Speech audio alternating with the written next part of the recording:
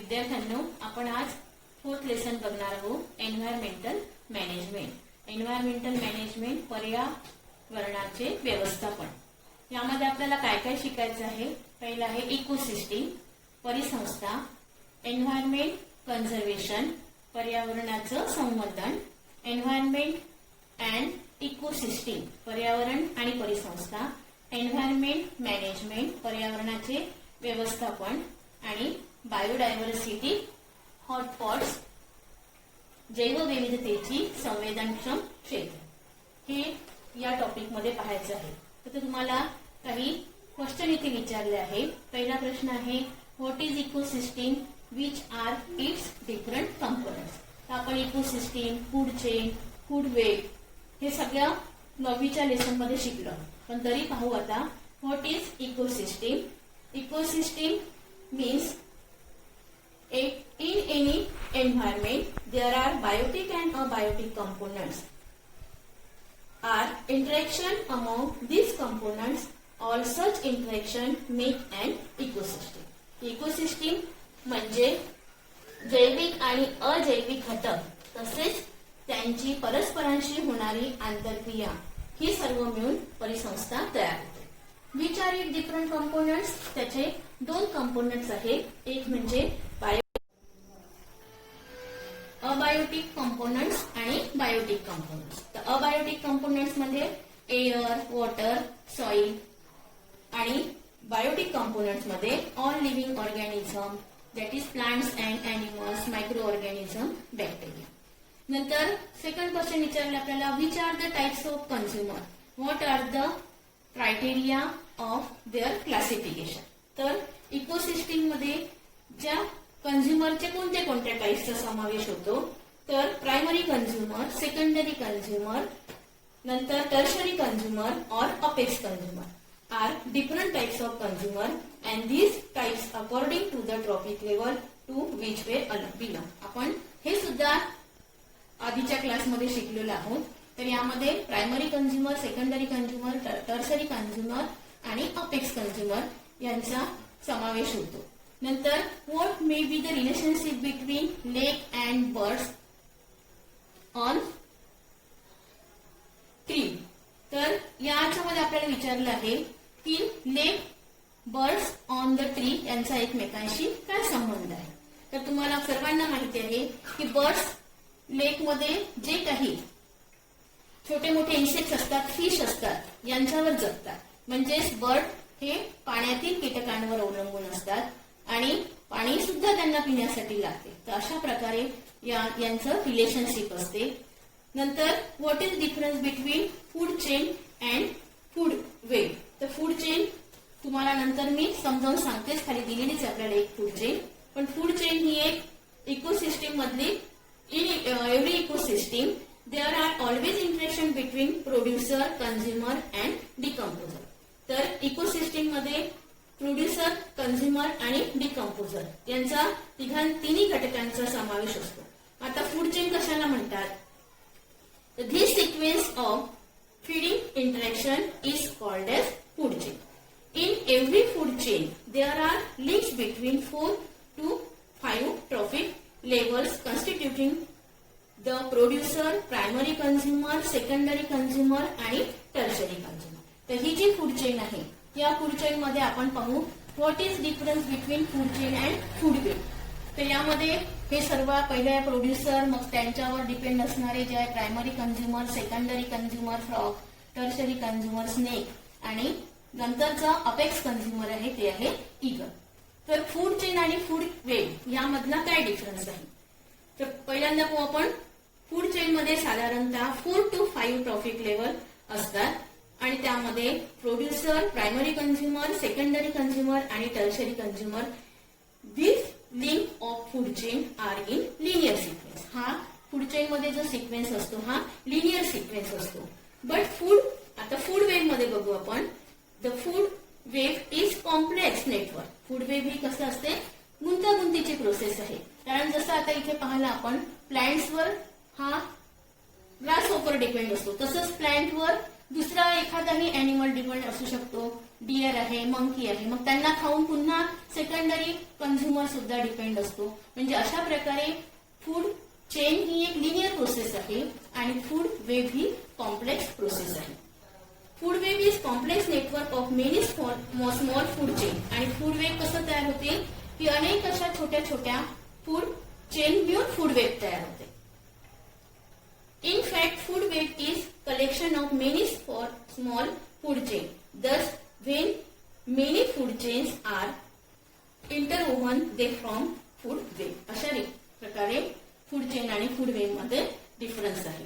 आता तुम्हाला असं विचारलं आहे की या फूड चेन मध्ये कोणत्या कोणत्या कॅटेगरीचे कंपोनंट्स आहे. तर पहिला आहे producer, green plant. Second grass hopper is primary consumer, frog is secondary consumer, नंतर स्नेक टर्शरी कंझ्युमर आणि ईगल आहे अपेक्स कंझ्युमर. आणि अपेक्स कंझ्युमर नंतर जो 6 फॅक्टर आहे याच्यामधला तो आहे मायक्रो ऑर्गॅनिझम आणि बॅक्टेरिया. तर आपण आता कंझ्युमर पर्यंत आता आपण या फूड चेन मध्ये पाहू की प्रत्येक घटक हा एकमेकांवर कशा प्रकारे अवलंबून असतो. तर पहिला फॅक्टर आहे इथे दिलेला आहे ग्रीन प्लांट्स. आता ग्रीन प्लांट्स यांना ऑटोट्रॉफिक असे सुद्धा म्हणतात कारण they prepare their own food with the help of sunlight in photosynthesis process. Photosynthesis process मध्ये ह्या ज्या वनस्पती ह्या स्वतःचं अन्न स्वतः तयार करतात म्हणून त्यांना ऑटोट्रॉफिक असे सुद्धा म्हणतात. पण या फूड चेन मध्ये हे काय आपलं आता प्रोड्युसर आहे, स्वतः तयार केलेले आहे म्हणून आपण यांना काय म्हणू प्रोड्युसर.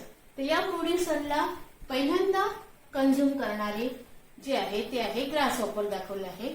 तर त्यांना आपण काय म्हणू मग प्रायमरी कंझ्युमर. जे ग्रीन प्लांट प्रोड्युसर, नंतर ग्रास हॉपर हा प्रायमरी कंझ्युमर, हा फर्स्ट फीड करतो ग्रीन प्लांटला. नंतर तिसऱ्या नंबरचा जो फॅक्टर आहे तो आहे किंवा कंझ्युमर आहे तो आहे फ्रॉग. तर फ्रॉग हा या ग्रास हॉपरला खाऊन जगतो म्हणजेच प्रायमरी कंझ्युमरला खाऊन जगतो म्हणून फ्रॉग हा सेकंडरी कंझ्युमर. आणि नंतरचा जो कंझ्युमर आहे तो आहे स्नेक. आता snake is tertiary consumer as it feeds on frog.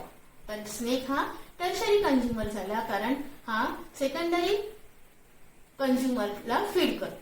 अशा प्रकारे आता मग green plant producer, grasshopper primary consumer, frog secondary consumer आणि स्नेक हा टर्शरी कंझ्युमर. नंतरचा जो फॅक्टर आहे तो आहे eagle.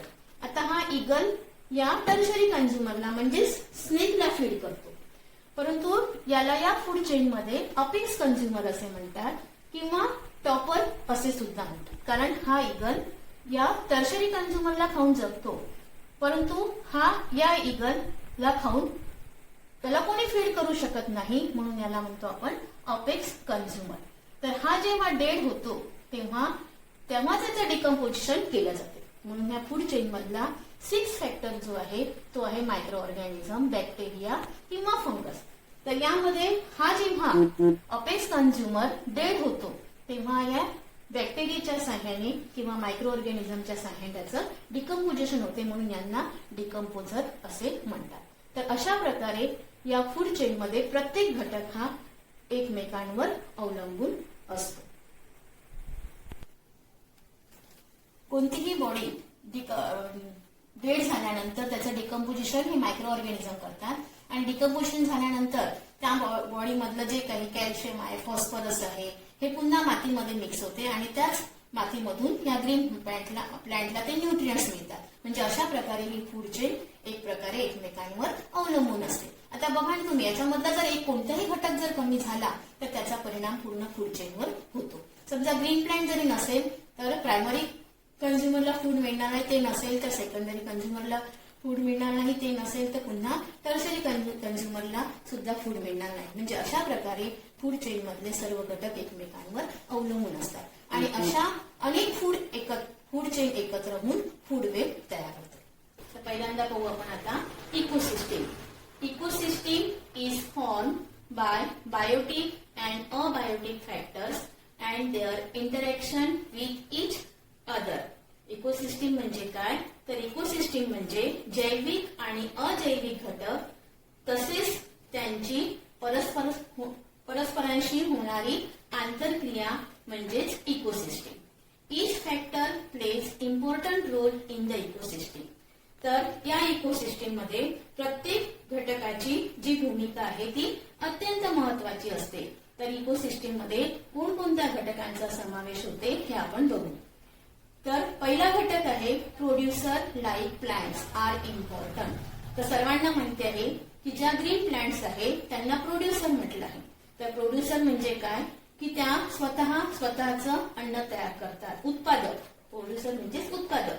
Producer like plants are important. They prepare their food with the help of photosynthesis process. नंतर herbivorous like deer, goats, sheep, cattle, horse, camels. तर या प्रोड्युसर वर जगणारे जे काही प्राणी आहे, सजीव आहे, ते म्हणजे हर्बिव्हरस. यांना खाऊन जगणारे जे हर्बिव्हरस आहे, उदाहरणार्थ dear, goats, ship, etc..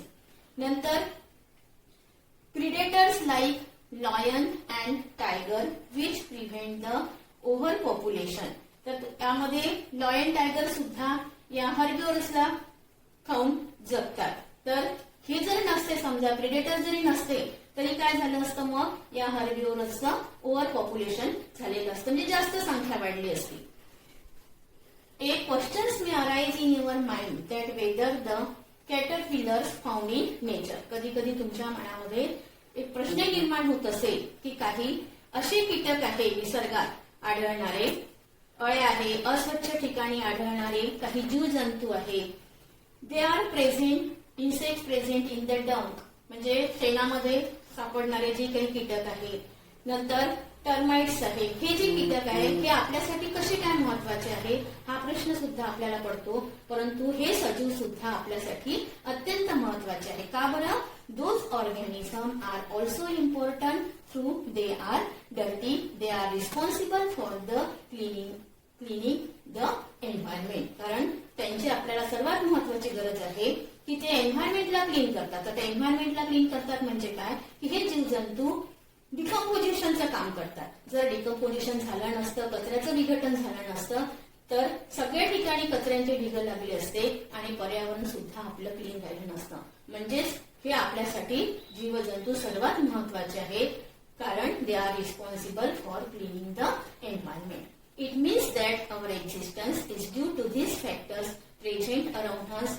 Hence we should care for this factors. म्हणजेच आपल्याभोवती जे काही असणारे घटक आहे याचमुळे आपलं अस्तित्व आहे असं म्हणायला काही हरकत नाही.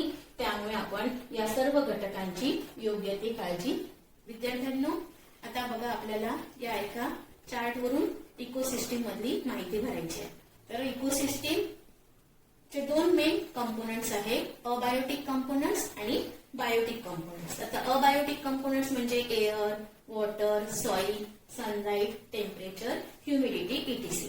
आणि बायोटिक कंपोनंट्स म्हणजे all types of living organism, that is plants, animals आणि मायक्रो ऑर्गॅनिझम.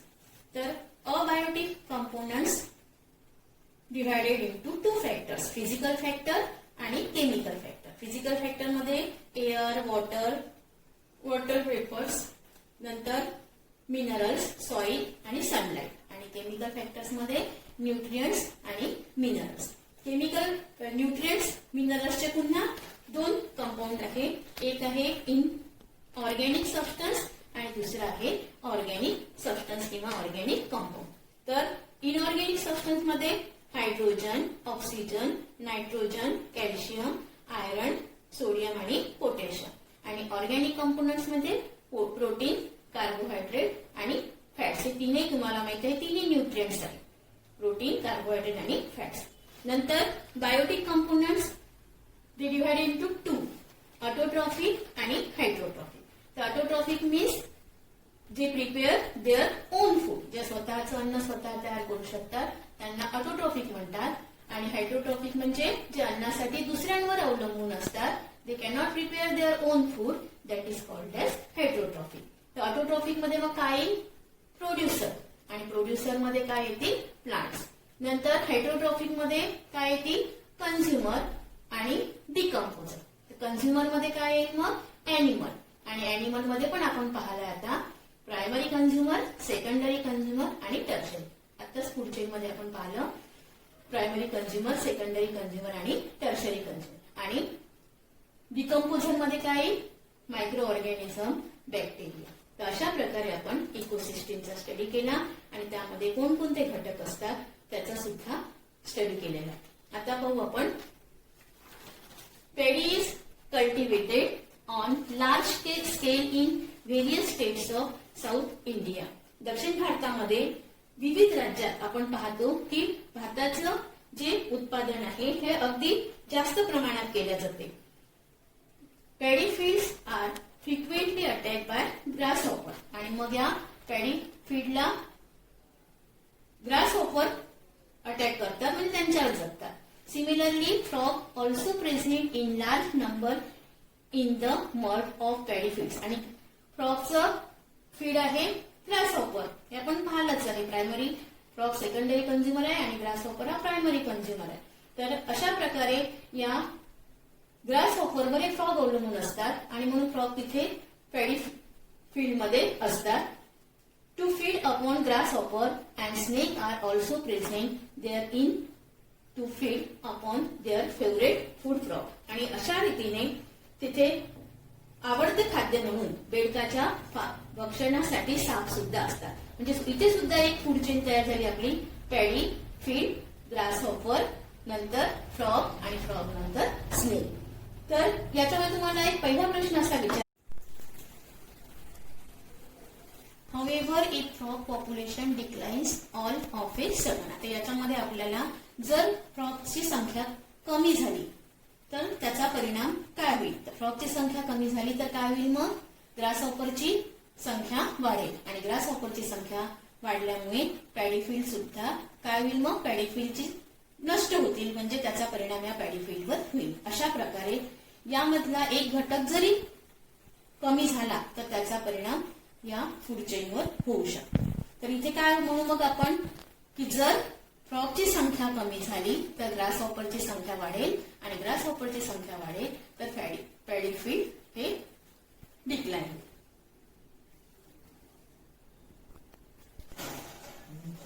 आता पाहू आपण relationship between environment and ecosystem. पर्यावरण आणि परिसंस्था यांचा काय संबंध आहे? Environment is a broad concept. Physical, chemical and biological factors affecting the living organism in any possible way is collectively called as environment. तर पर्यावरण ही एक अत्यंत व्यापक अशी संज्ञा आहे. त्यामध्ये आपल्या सभोवती असलेल्या फिजिकल, केमिकल अँड बायोलॉजिकल भौतिक, रासायनिक व जैविक घटकांनी मिळून पर्यावरण बनते आणि पर्यावरण म्हणजेच आपल्या सभोवतालची परिस्थिती. In short, environment is the condition in the surrounding.